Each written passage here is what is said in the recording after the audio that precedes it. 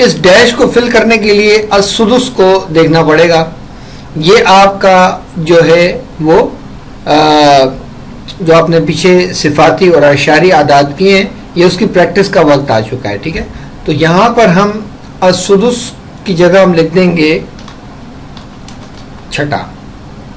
ٹھیک ہے, تو چھٹا ہم نے جب لکھ دیا تو السدس کا معنی کیا بنتا ہے؟ چھٹا, یعنی 6ویں نمبر پہ جو آتا ہے اس کو چھٹا کہا جاتا ہے. تو اس طرح سے یہ آپ نے مشق حل کرنی ہے. اب یہاں پر مذکر اور مؤنث کا کوئی جھگڑا نہیں ہے. ٹھیک ہے, صفاتی اعداد دونوں کے لیے مستعمل ہیں, دونوں کے لیے استعمال ہوتے ہیں, اس لیے آپ کو یہاں پر ابھی غور کرنے کی ضرورت نہیں ہے. البتہ آپ اپنی نالج کے لیے دیکھ سکتے ہیں ولی ابویہ اور والدین میں سے ہر ایک کے لیے ترکے کا چھٹا حصہ ہے, اور لکل واحد منہما, لکل واحد منہما, ان میں ہر ایک کے لیے چھٹا حصہ ہے. تو اب واحد کس کے لیے استعمال ہوتا ہے؟ مذکر کے لیے, اور ہما کی ضمیر مذکر مؤنث دونوں کے لیے استعمال ہوتی ہے. یہ چیز آپ نے ضمائر میں پڑھ لی تھی. تو یہاں پر ابھی اس وقت دونوں کے بارے میں بات ہو رہی ہے. والدین میں چونکہ ماں مؤنث ہے اور باپ مذکر ہے, تو ان دونوں کے بارے میں جب بات ہو رہی ہے تو صیغہ جو ہے وہ کیا آ رہا ہے؟ تثنیہ کا آ رہا ہے صیغہ دونوں کے بارے میں, اور یہ ہما جو ہے یہ دونوں کے لیے استعمال ہوتی ہے. اور ایک بات میں نے آپ کو بتائی تھی کہ عربی میں آپ اکثر جگہوں پر یہ دیکھیں گے مذکر مؤنث کا جب ایک ساتھ ذکر ہو رہا ہوتا ہے تو عموماً صیغہ جو ہے وہ مذکر کا ہی آتا ہے. یہ بات ذہن میں رکھیے گا. اب آگے بڑھتے ہیں, کوئی اور مثال دیکھتے ہیں. یہ دیکھ لیں, وَلَكُمْ نِصْفُ مَا تَرَكَ أَزْوَاجُكُمْ إِن لَّمْ يَكُن لَّهُنَّ وَلَدٌ, تمہارے لیے اپنی بیویوں کے ترکے کا ڈیش حصہ ہے اگر ان کا کوئی بچہ نہ ہو. تو نصف کے معنی کیا ہوں گے؟ آدھا. یہاں ہم لکھ دیں گے آدھا. آپ آدھا لکھ دیں یا پھر آپ 1/2 لکھ دیں, جیسے آپ کو سہولت ہو. صحیح ہے, یہ والی مشق آپ نے اس طرح سے کرنی ہے. اور پھر اس کے بعد آج کا اصول بھی دیکھ لینا ہے, اور یہاں کونے میں چیلنج آپ کا منتظر ہے کہ اس چیلنج کو آپ نے قبول کرنا ہے. اور جیسا کہ میں نے ابھی تھوڑی دیر پہلے بتایا ہے کہ یہی چیلنجز آپ کے ٹیسٹ میں بھی آئیں گے اور جو اصول آئیں گے وہ وغیرہ. اب یہاں پر ثالث اور ثلث میں کیا فرق ہے؟ پیچھے تو ثلاثہ 2 خالی عدد لکھے ہوئے تھے, لیکن اب جو ہے یہاں پر چیلنج میں آپ کے سامنے 3 عدد آ گئے. تو ان تینوں میں کیا فرق پایا جاتا ہے, یہ چیلنج آپ نے قبول کرنا ہے. پھر یہاں پر دیکھیں کہ یہاں پر آپ ان آیات کی طرف دیکھیں گے تو اگر وہ چیزیں آپ کو یاد ہوں گی, اچھی طرح یاد ہوں گی, پکی یاد ہوں گی, پختہ یاد ہوں گی, تو آپ اس کو آسانی کے ساتھ کر لیں گے. آپ کو کوئی مشکل یا پریشانی نہیں ہوگی. مشکل اور پریشانی اس وقت ہوگی کہ جب آپ کو اچھی طرح یاد نہیں ہوں گے. اس آیت کو دیکھ لیں, بے شک یہ میرا بھائی ہے, اس کے پاس ڈیش بھیڑیں ہیں, 9 و 9. اب یہ کتنی ہو گئی؟ 9 مانے 9 و 9 مانے 90. 9 مانے 90, 90 کے اوپر 9, 90 کے اوپر 9, تو یہ کتنی ہو گئی؟ 99 بھیڑیں. تو اب یہاں پر آپ لکھ دیں گے 99. اب اس کے بعد واحدۃ, ایک, اور میرے پاس صرف ایک بھیڑ ہے, ایک. یا آپ اس کو یوں لکھ دیں جیسے آپ نمبر میں لکھنا چاہیں, ورڈز میں لکھنا چاہیں, آپ کو جیسے سہولت ہو. تو اسی طرح سے آپ نے جو ہے اس مشق کو بھی کرنا ہے. یہاں دیکھ لیں کہ آپ جانتے ہیں, آج کا اصول بھی ملاحظہ فرما لیجئے گا. یہاں دیکھ لیں ثلاثۃ, یہ وہی گنتی آ گئی ہے, عدد آ گئی ہے. تو یہاں پر ثلاثۃ مانے 3. جلد ہی وہ کہیں گے کہ وہ 3 تھے. رابعہم, رابع یہ صفاتی عدد ہے, تو یہاں لکھ دیں گے چوتھا. جیسے آپ کو سہولت ہو, آپ اس کو یہاں پر نمبر میں لکھ دیں یا ورڈ میں لکھ دیں. ورڈ میں لکھ دیں تو زیادہ بہتر ہے. بہرحال اس کو بھی آپ نے اسی طرح سے کرنا ہے. یہ ساری مشقیں، کیونکہ میں زیادہ اگزامپلس نہیں کروا سکتا. اس کی وجہ یہ ہے کہ ساری چیزوں کو اگر میں بیان کرنے لگ جاؤں تو آپ کے حصے کا کام پھر کون کرے گا. اب آئیے بنیادی عربی گرامر، بیسک عربک گرامر، عربی کا معلم، دروس اللغت العربیہ. پچھلے سبق میں اوزان کلمات ہمارے شروع ہوئے تھے، اور آج کے اس سبق میں جو عربی کا معلم حصہ اول سبق نمبر 8 ہے، الحمدللہ یہاں تک ہم پہنچ چکے ہیں. ہم نے چونکہ اس کی صرف ریڈنگ ہی کرنی ہوتی ہے، اس لیے اس میں کوئی پریشانی والی بات ہی نہیں ہے، کیونکہ میری طرف سے آپ کے اوپر کوئی ایسی بات زبردستی نہیں ہے کہ آپ جو ہے اس کو یاد کریں، اس کو لکھیں، اس کو رٹا لگائیں. ایسی میں نے کوئی اصول میں نے بنایا ہی نہیں اس کے لیے. صرف آپ نے اس کو ریڈنگ کرنا ہے، اور کوشش یہ کریں کہ آپ اپنے شعور میں اس کو ضرور بٹھائیں، تاکہ چیز جب یہ اصول اور یہ چیزیں جب آگے آپ کے سامنے آئیں گی تو آپ کو یہ نہیں معلوم نہ ہو. یہ طریقہ کار ہے unique institute of Arabic language کا. ٹھیک ہے، تو اب یہاں پر افعال، اسماء مشتقہ اور مصادر کا مجرد یا مزید فی ہونا ان کے ماضی کے صیغے واحد مذکر غائب سے پہچانا جاتا ہے. پہلا جو صیغہ ہوتا ہے واحد مذکر غائب کا، ماضی کا، یعنی فعل ماضی کا، اس سے جو ہے یہ چیزیں پہچانی جاتی ہیں. ٹھیک ہے، کیسے پہچانی جاتی ہیں، کیا طریقہ کار ہے، فعل ماضی کا واحد مذکر غائب کا صیغہ کون سا ہوتا ہے، اس سے کوئی سروکار نہیں. یعنی اگر وہ صیغہ حروف زوائد سے خالی ہو تو اس کے مشتقات اور مصدر بھی مجرد سمجھے جائیں گے. جیسے نصرہ، مدد کی اس نے. اب یہ نصرہ جو ہے یہ فعل ماضی واحد مذکر غائب کا پہلا صیغہ ہے. فعل ثلاثی مجرد ہے تو اس کا مضارع ینصرو. اسم فاعل ناصر، ناصرن ہے تو اس کا اسم مفعول منصورن، اور مصدر نصرتن بھی ثلاثی مجرد کہے جائیں گے. ٹھیک ہے، اب اس میں کوئی ایسی وہ بات نہیں ہے کہ آپ نے جو ہے اس کو یاد کرنا ہے. ٹھیک ہے، اس کو صرف آپ نے یہ دیکھنا ہے کہ دیکھیں اس میں نون صاد را آ رہا ہے، اس میں نون صاد را آ رہا ہے، اس میں نون صاد را آ رہا ہے، اس میں نون صاد را آ رہا ہے. ٹھیک، تو اس میں جو ہے یہ ثلاثی مجرد ان کو کہا جائے گا کہ سے حرفی، تین اس کے حروف اصلیہ ہیں. گو ان میں حروف زوائد بھی ہیں. یہاں دیکھیں، یہاں تا بھی زائد ہے، یہاں میم اور واو زائد ہے، یہاں پہ الف زائد ہے، تو اس میں حروف زوائد بھی ہیں. اسی طرح گردان کی وجہ سے مجرد میں حروف زوائد آئیں تو وہ مجرد ہی رہے گا. جیسے رجل ثلاثی مجرد ہے تو رجلانی اور رجال بھی ثلاثی مجرد ہے. یہاں رجل میں دیکھیں را جیم لام تین حروف اصلیہ ہیں، تو رجلان میں کیا ہے، اس میں بھی تین حروف اصلیہ موجود ہیں، را جیم اور لام. اور اس میں دیکھیں را جیم اور لام، یہ بھی ثلاثی مجرد ہے. کبرا اس نے تکبیر کہی، اکرما اس نے تعظیم کی. ثلاثی مزید فی ہیں، پہلے میں ایک با اور دوسرے میں الف زائد ہے. یہاں دیکھیں یہ تشدید کے ساتھ جو با آ رہی ہے یہ ایک زائد با ہے، یعنی یہ دو با کی وجہ سے اس پر تشدید آ رہی ہے، اس لیے اس میں ایک با جو ہے وہ ثلاثی مجرد کا ہے. ٹھیک ہے، اور یہاں پر اکرما آ رہا ہے تو اس میں الف جو ہے یہ زائد ہو رہا ہے. اب یہاں دیکھیں الف کا وزن معلوم کرنے اور ان کے حروف اصلیہ کو زوائد سے الگ بتانے کے لیے فا، عین اور لام کو میزان قرار دیا گیا ہے. یہ وزن ہے اصل میں فا، عین، لام، ثلاثی مجرد کا سے حرفی اور تین حروف اصلیہ کا جو میزان ہے، جو وزن ہے. چونکہ یہ ہمارا سبق اوزان کلمات ہے نا، تو اس میں ہم نے میزان بھی تو دیکھنا ہے کہ میزان کیا ہے. اوزان کلمات کو ہم کیسے تولیں گے، کیسے ان کا وزن کریں گے.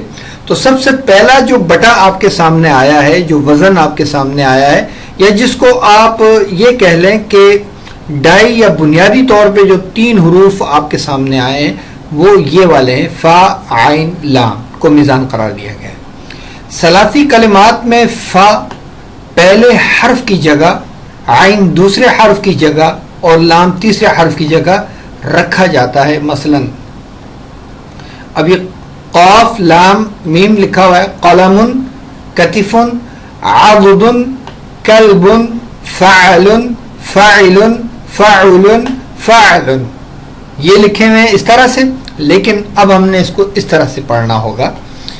قاف فا کلمہ، لام عین کلمہ، میم لام کلمہ، کاف فا کلمہ، تا عین کلمہ، فا لام کلمہ، عین فا کلمہ، ضاد عین کلمہ، دال لام کلمہ، کاف فا کلمہ، لام عین کلمہ، با لام کلمہ، فا فا کلمہ، عین عین کلمہ، لام لام کلمہ. ان تینوں میں چاروں میں تقریباً یہی حروف آ رہے ہیں، تو آپ نے اس کو اسی طرح سے پڑھنا ہوگا. کلمہ موزون جس کا وزن نکالا جائے کا جو حرف فا کے مقابلے میں ہو وہ فائے کلمہ کہلاتا ہے، جیسے قلم میں قاف جو عین کے مقابلے میں ہے وہ عین کلمہ.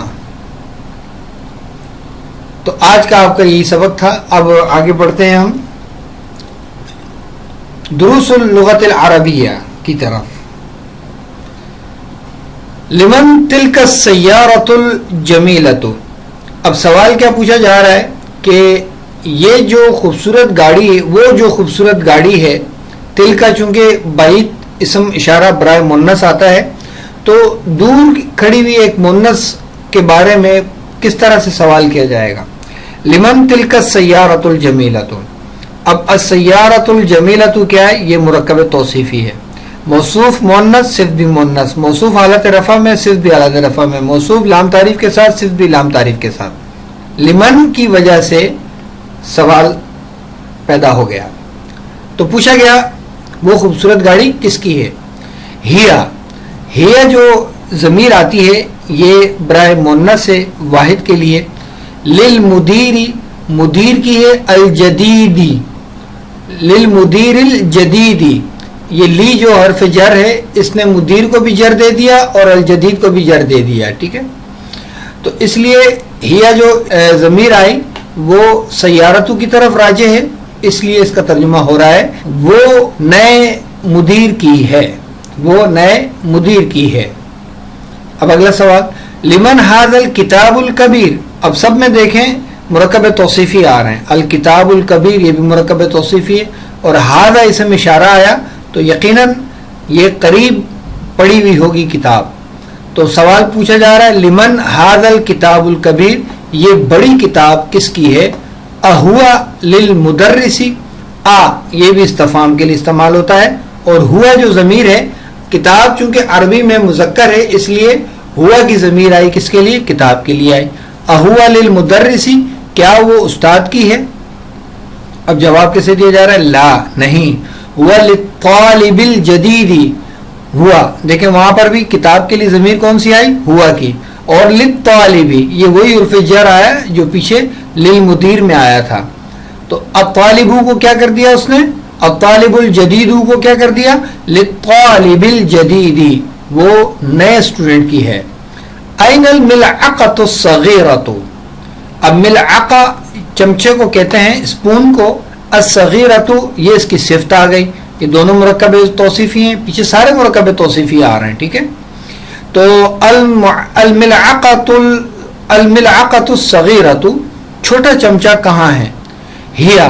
اب ہیا کی جو ضمیر آئی کس کے لیے آئی؟ ملعقۃ کے لیے آئی. اس کے ساتھ تائے تانیث ہے، اس لیے ضمیر کون سی آئی؟ واحد مؤنث غائب. فل کوبی گلاس میں، فل کوبی گلاس میں، ہیا فل کوبی وہ گلاس میں ہے. این الکرسی المکسور. اب یہ بھی مرکب توصیفی آیا کہ ٹوٹی ہوئی کرسی کہاں ہے. ہوا کرسی چونکہ عربی میں مذکر ہے اس لیے ضمیر کون سی آئی؟ ہوا کی آئی. ہوا ہونا کا، ہونا کا معنی وہاں ہوتا ہے، تو ہوا ہونا کا وہ وہاں ہے. تو آپ نے صرف اس کی اسی طرح ریڈنگ کرنی اور تھوڑا سا آپ سمجھیے گا بھی ضرور، کیونکہ یہ سارے اصول آپ پڑھ چکے ہیں، تو اس لیے یہ ان کو سمجھ کر پڑھنا یہ آپ کے لیے بہت زیادہ فائدہ مند ہوگا. اب یہ والی جو مشق ہے اس کو آپ نے صرف پڑھنا ہے. الطبیب الجدید فی المستشفى والطبیب القدیم فی المستوصف.